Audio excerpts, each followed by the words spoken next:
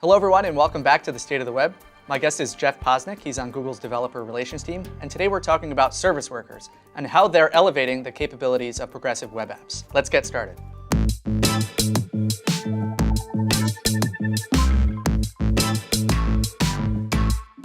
All right, so Jeff, thanks for being here.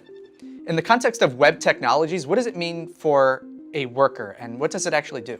So the whole idea of a worker has been around for a while. Traditionally, there were web workers, and it basically serves as almost like a background thread for the web. So a worker can execute JavaScript code that's kind of independent from the context of your actual web page, and it's a great way to kind of offload processing or kind of do tasks that might take a certain amount of time without slowing down the main thread for your web page. And yeah, that's kind of been the traditional model for workers on the web. So now what does it mean for a service worker? What does that actually do? So service workers builds kind of on that concept and adds some superpowers, really things that you were not able to do before. So a service worker is similar to a worker in that it's running independent from your actual web page, and it doesn't have access to things like the DOM or the global scope of your web page. But unlike workers, it could respond to specific events, and some of those events relate to network traffic. So one of the really cool things and most common use cases for a service worker is to respond to outgoing network requests that your web page might be making. And you can kind of sit in between your web page and the network and almost serve as a proxy that you control. And you could write code to take advantage of things like the cache storage API and say, hey, I know how to respond to this particular request without having to go to the network. I could just use this cache response, and thereby saving the uncertainty and unreliability that comes with going against the network. It also enables capabilities like push notifications, etc. Yeah, so there's a whole bunch of kind of event-based listeners that you could set up in a service worker, including responding to push notifications that might come from a notification server, and fetching requests, and a few other kind of interesting things are kind of slated for the future as well. So what's the status of its implementation and support? Yeah, so service workers are well supported right now in modern browsers. So pretty much anything Chrome or Chromium-based, Firefox, Safari, and Edge at the moment. It's great. They all have at least a basic level of support for service workers and some of the enabling technologies like the cache storage API. So they're ready to use right now. So websites may experience network reliability issues at any given time. Would you recommend service workers for every website? Should they all be using one? Well, I mean, it's tempting to just throw a service worker up and see what happens. I would suggest to take a little bit more of a considerate approach before adding a service worker to your web app. Ideally, a service worker will kind of play the same role that your web server would play and maybe share the same logic for doing routing and templating that your web server would normally respond with. And if you have it set up where like your web server, for instance, for a lot of single page apps, the web server is just going to respond with some static HTML that could be used to satisfy any sort of request, that's pretty easy to map into a service worker behavior. We call that the app shell model, where a service worker will say, hey, you're navigating to XYZ URL, I could just respond with this HTML and it'll always work. So that's a really good model for using a service worker if you have a single page app. We're also seeing some success with partners who are using models where their server is implemented in JavaScript. They have some routing logic and they have some templating logic that's all in JavaScript, and that translates over really well to the service worker as well, where the service worker can just basically fill the role that the server would normally play. I would say if you have a scenario where your backend web server is doing a whole bunch of complex templating and remote API calls in a language that is not JavaScript, it really might be hard to get your service worker to behave exactly the same way. So in those scenarios, I mean, you can add a service worker, and we have some kind of provisions in place to not pay the price of having that service worker intercepting all requests and then not doing anything and just going on against the network. There are ways of saying, hey, we have a service worker, but we're not going to be able to respond with HTML for navigation requests. In those scenarios, it is still possible to use a service worker for things like, okay, show custom offline page when you detect that a user's network connection is down, or implement a kind of interesting caching strategy like stale while revalidate for certain types of resources. So it is still possible to add a service worker in those cases, but you won't necessarily get the same performance and reliability benefits that you get when your service worker really responds to all navigations with HTML. By essentially having a network proxy juggling requests and responses, is there a latency cost to having a service worker? Yeah, so I mean, you're running JavaScript code that's sitting in between your web app and the network, and that's not free. Some of it depends upon whether the service worker is already running. One of the kind of neat features about a service worker is that, particularly to preserve battery on mobile devices, it's killed pretty aggressively. It doesn't just keep running forever in the background. So sometimes you do have to start up the service worker again, and there is a cost involved in that startup. There's a really good talk from the Chrome Dev Summit that just happened a couple of months ago that kind of goes into some metrics and real-world performance timings of exactly how long it takes to start up a service worker, seeing tens to hundreds of milliseconds depending upon the actual device and things like the storage speed of the device. So you are going to be paying that cost potentially when you're using a service worker. And again, that's really why it's important to make sure that you have a strategy in place for responding to requests, hopefully by avoiding the network and just going against cache storage API, ideally. And if you're doing that, then you should see the service worker give you a net positive in terms of performance. Paying tens to maybe even hundreds of milliseconds is nothing compared to the multiple seconds of latency that you might expect from making a network request each time you navigate to a new URL. Right. What's the saying? The fastest request is the one that you never need to make. Indeed. Yeah. So what are some anti-patterns that you've seen the way that people have implemented service workers? There's a lot of power involved in using a service worker. It is just JavaScript that you could write that will pretty much do whatever you want. So you could do all sorts of crazy things, some of which are kind of cool as proof of concepts, but not necessarily things you want to deploy to production.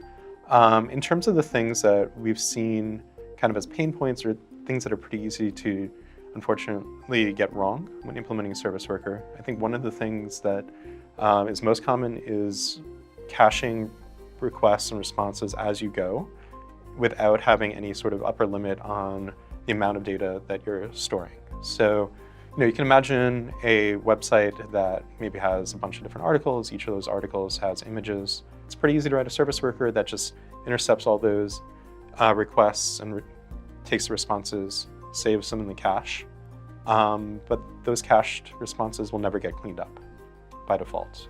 There's not really any provision in the cache storage API for saying, stop when you reach 50 or 100 entries or something like that. So you could very easily just keep using up space on your users' devices and potentially use up space for things that are never going to be used again. If you have an article from a week ago and you're caching all the images in that article, that's kind of cool, I guess, if you're going to revisit that article immediately. But if it's a page that the user's never going to go to again, then you're really just caching things for no reason. I would say that really one of the important things before you implement your service worker, kind of have a strategy for each type of request and say, here's my navigation requests that are being made for HTML, here's how I'm going to respond to them. Here are the image requests I'm making, maybe it doesn't make sense to cache them at all, or maybe only cache certain images and not others. So thinking about that, and that really just means getting really comfortable with the kind of network info panel in the browser's DevTools and just seeing the full list of requests that are being made. Sometimes your web app is making requests that you don't even realize is happening because it's coming from third-party code. And your service worker ends up seeing that too. So you want to make sure that you know what your service worker is doing, and you know what your web app is doing. And just one other, I would note that a lot of times, a kind of pain point and things that could go wrong when using a service worker, it just has to do with controlling updates to resources. So, you are stepping in between, your web app and the web server. You're responding potentially with cached resources. If you're not sure that those cached resources are being updated every time you make changes to your actual website and you redeploy to your web server, it's possible that your users will end up seeing stale content kind of indefinitely.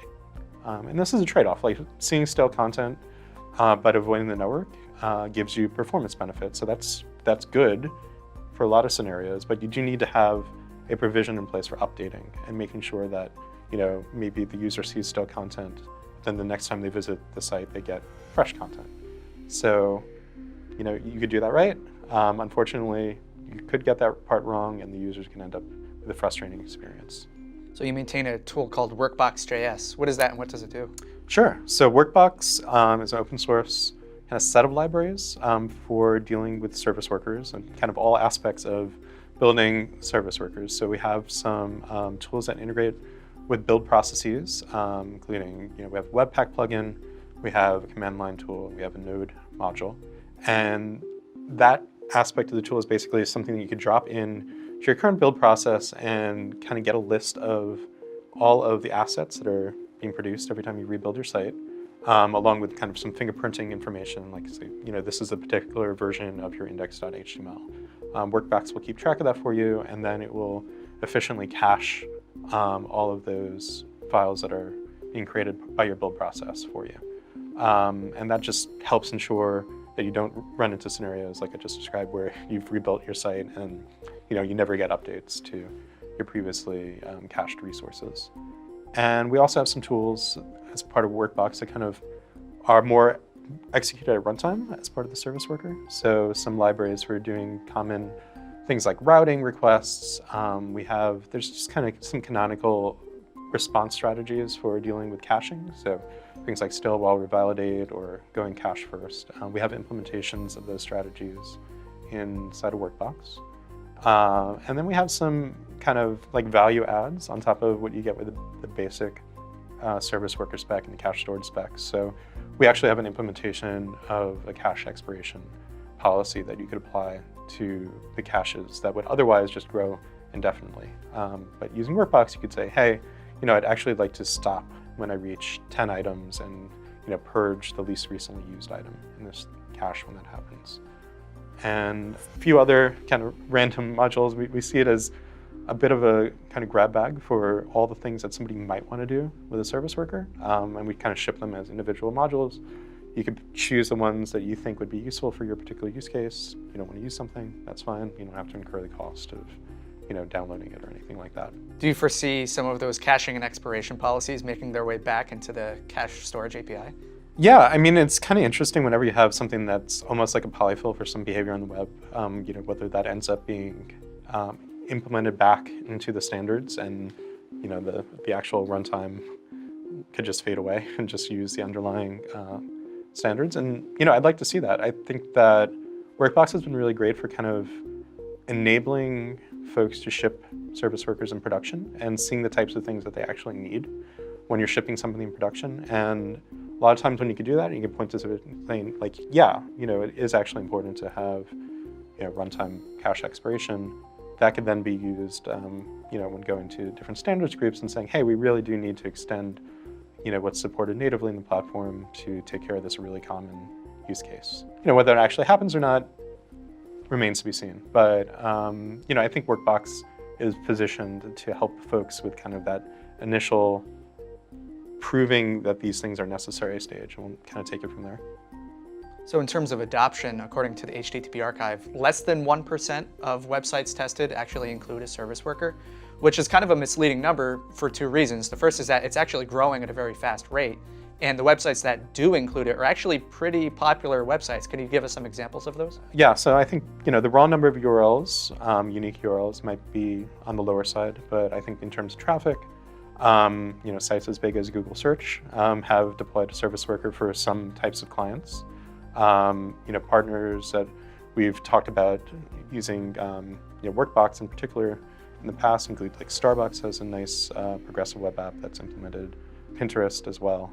And there's also some sites that you might have heard of, like Facebook and Twitter, that are using service workers, not using Workbox, but using them to kind of unlock things like their progressive web app experience, or in some cases just showing notifications, which is an important part of being on the web and having parity with native apps. So I think that the actual number of visits to web pages is probably much higher than the 1% number would indicate. And there are challenges with adding a service worker into especially legacy sites. it does take that coordination that we talked about before between making sure that your service worker actually is behaving in a similar way that your web server would behave. And that doesn't always fit into existing sites. So a lot of times what we've seen when working with partners in particular is like, you're planning a rewrite, a re-architecture of your site anyway. That's a great time to add a service worker in and just kind of take care of that story as well. Are there any options for CMS users who may be using things like WordPress or Drupal? So there definitely are. And I think that, first of all, I'd refer everybody back to another talk from the most recent Chrome Dev Summit that really goes into some detail about the WordPress ecosystem in general. So they have a really cool solution. Some folks from the DevRel team at Google have been working on it. And I think it kind of works around that problem that I was saying where the architecture for your kind of back-end web server needs to match up with the service worker implementation by kind of just setting a baseline. So it's not an attempt to take any arbitrary WordPress site that might be out there, which might be executing random PHP code depending upon what kind of themes and extensions and all the other stuff is going on. You really are not going to be able to successfully translate that into just a general purpose service worker. But the approach that was described in this talk seems to be building on top of kind of a common baseline of using the AMP plugin as a starting point. So any site that has gone through the effort of kind of meeting all the requirements for using the AMP plugin. So that means, I don't know the full set, but I think like not running external scripts, not doing anything too crazy with other plugins that's inserting random HTML on the page. Building on top of that, you can then have a service worker that's like, okay, I actually do know how to handle this subset of activities that WordPress is doing when it's using the AMP plugin, and it can automatically generate that service worker for you. So again, it's part of a migration story. I think it's not going to just drop into any existing legacy WordPress site, but it does give a nice path forward for folks who are planning on rewriting anyway or planning on making some changes anyway. Yeah, and plugging into the CMS ecosystem is a great way to increase adoption by tens of percent on the web. Yeah, absolutely. So what kinds of resources would you recommend for someone who's just getting started with service workers? We have a lot of material available, some of which is more recent than others. I would say that the things that I worked on most recently are the resiliency section of web.dev. So if you were to go there, kind of have something that will walk you through the various steps of thinking about adding a service worker to your website, or just really thinking about making your website more resilient in general. So it'll talk about identifying your network traffic. It'll talk about using the browser's HTTP cache effectively, which is kind of your first line of defense. And then it'll kind of go into how you could add Workbox to an existing site and the various steps involved there. So if you want kind of a guided path, I would say that's one option. I'm a little biased for that. I would say that if you want to just learn more about service workers in general, then material written by my colleague Jake Archibald is probably the best bet for folks who really want to deep dive on things. He was somebody who worked on the actual service worker specification, and he knows more than anybody else about these things. So he has a really great article talking about the service worker life cycle, kind of just all the different events that get fired and how you have to handle those events differently and the implications that they have for the state of your caches and updates and things like that. So diving into that would be kind of my recommended starting point.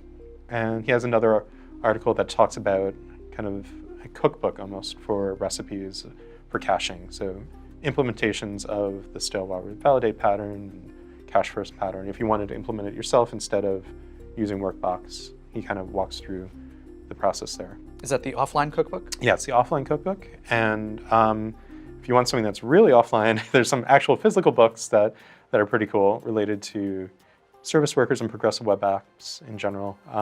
There's a new book written by Jason Grisby in particular that I would recommend, and just kind of talks a little bit about not necessarily some of the technical aspects of service workers, but more about why you should think about adding a service worker to your site and why you might want to build a progressive web app in general. And that's a really cool book that kind of takes it from a slightly different angle, but gives some good perspective.